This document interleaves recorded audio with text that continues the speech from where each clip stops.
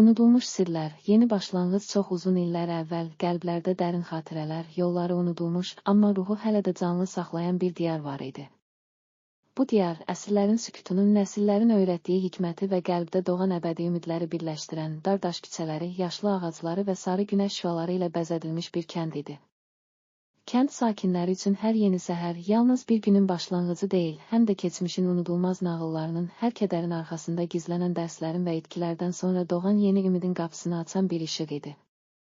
Hekayəmizin qəhrəmanı Tunar, uşaqlığından bəri bu kəndin dar küçələrində, hər evin pəncərəsindən sızan işıqla, nəsillərin öyrətdiyi ənənələrlə böyüdü. Nənəsi ona deyərdi, əziz oğlum, hər kəsin içində bir işıq var, o işıq sənin qəlbinin sədasıdır. Onu tapmaq üçün yalnız öz hissəsini dinləməlisən.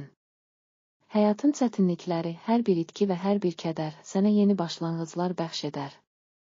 Tunar, nənəsinin bu sözlərini ürəyində daşıyaraq, həyatın mənasını və öz içində gizlənən səsi tapmaq arzusu ilə böyüdü. O, kəndin dar daş yollarında oynayarkən, atalarının, nənələrinin və qoca yaşlıların danışdığı nağıllardan, həyatın hər anında gizlənən ümid dolu mesajlardan ilham alırdı. Lakin kənddəki həyat son illərdə çətinliklər, quraqlıq və iqtisadi problemlərlə üz-üzə idi.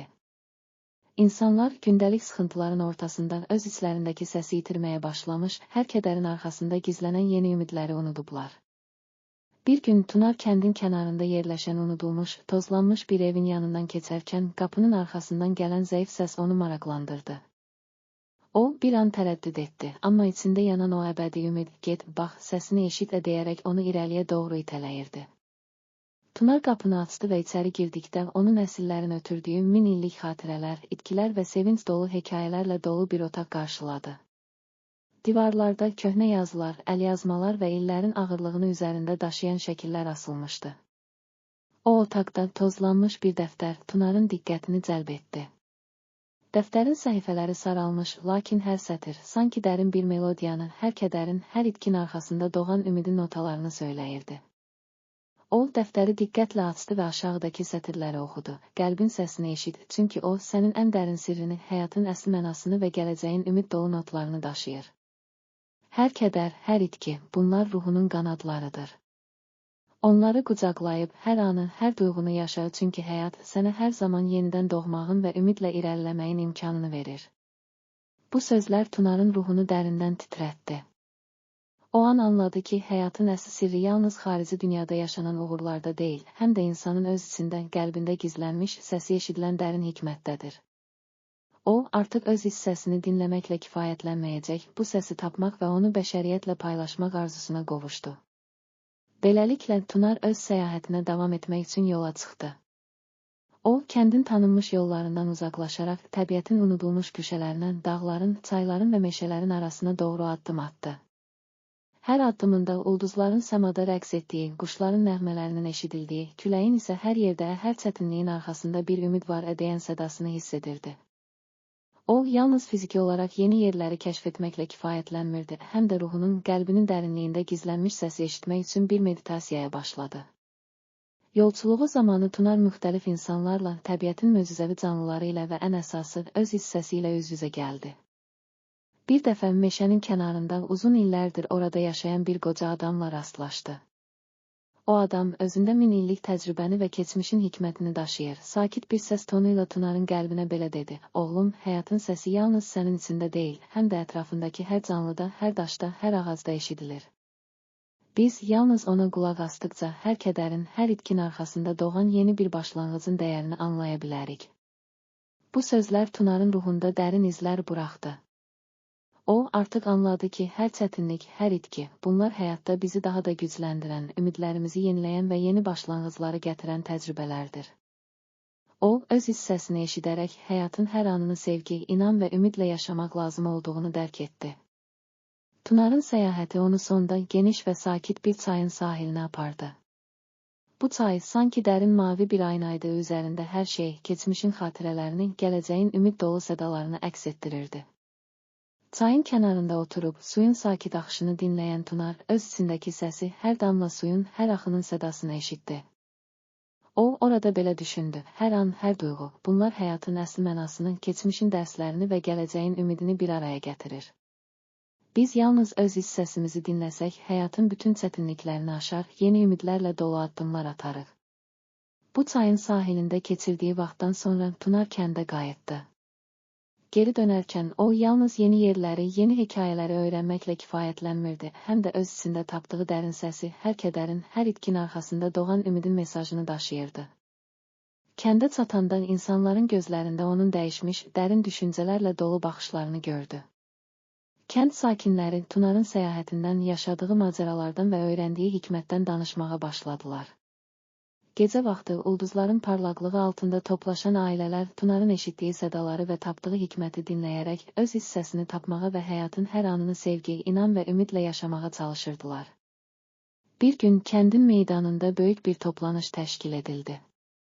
Kəndin yaşlıları, gəncləri və uşaqları Tunarın səyahətindən öyrəndiyi dərsləri, tapdığı hekayələri və öz hissəsinin eşidilməsi ilə əldə etdiyi ümidləri dinləmək üçün bir araya gəldilər.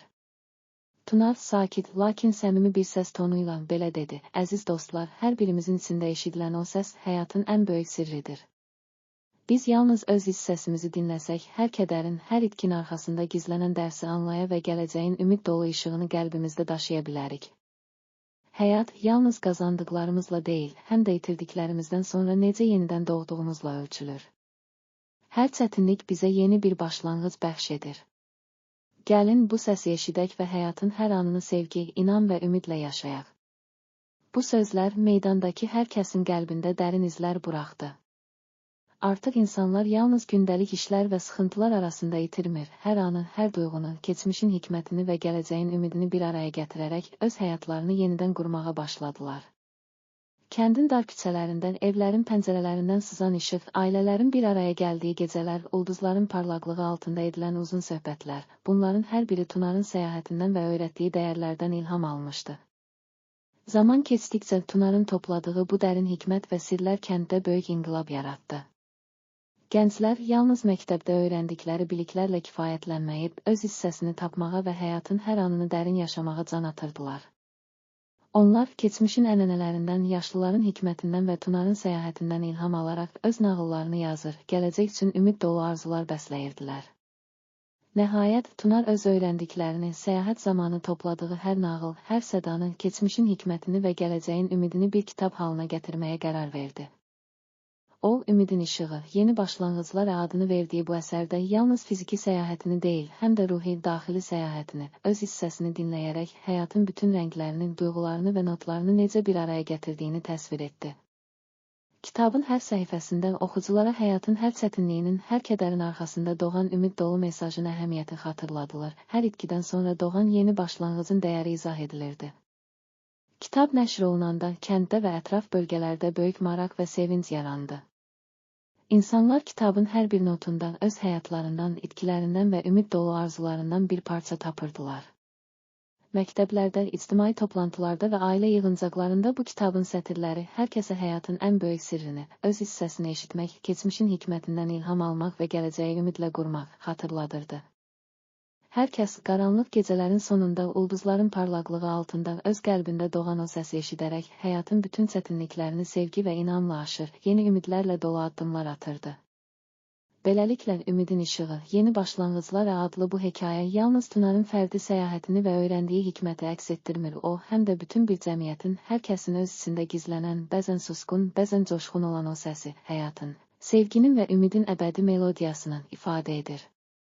Biz, hər kəs, qaranlıq gecələrin sonunda ulduzların parlaqlığı altında öz qəlbimizin səsini dinlədikcə həyatın bütün rənglərini, duyğularını və notlarını bir araya gətirərək öz nağıllarımızı və əbədi macəramızı yazırıq. Bu bizim əbədi səyahətimizdir. Həyatın hər çətinliyini, hər kədərini sevgi və inamla aşaraq yeni ümidlər və başlanğıclar doğuran dərin hikmətin, unudulmuş nağılların və öz hissəsinin əbədi melodiyasıdır. Həyatın ən böyük sirri yalnız yaşadığımız anlarda deyil, həm də o anların içində gizlənən dərin səs və ümidlərdədir. Biz yalnız ona qulaq asdıqca hər kədərin, hər itkin arxasında doğan yeni bir ümid doğar və həyatın əsl mənası, sevgi, inam və ümid bizə əbədi işıq saçar. İndi ulduzların parlaqlığı altında hər kəs öz hissəsini eşitsin, çünki hər kədərin arxasında, hər itkin sonunda və hər sevincin içində doğan o ümid bizim gələcəyimizi daha parlaq və mənalı edəcək. Bu bizim bütün bir cəmiyyətin hər kəsin öz içində tapdığı, eşitdiyi və inkişaf etdirdiyi o səsi, həyatın, sevginin və ümidin əbədi melodiyasını ifadə edən əbədi nağıldır.